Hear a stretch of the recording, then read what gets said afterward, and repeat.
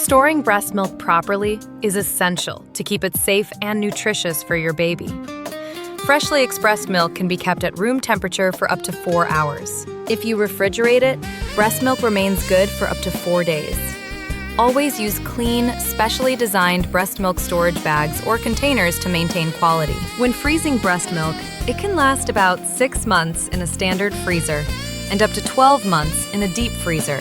Lay the bags flat to save space and help the milk thaw faster.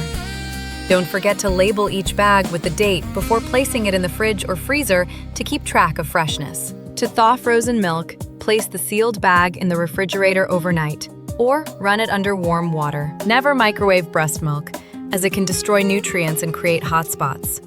Once thawed, use the milk within 24 hours if kept refrigerated. Proper storage ensures your baby receives safe, high-quality milk every time.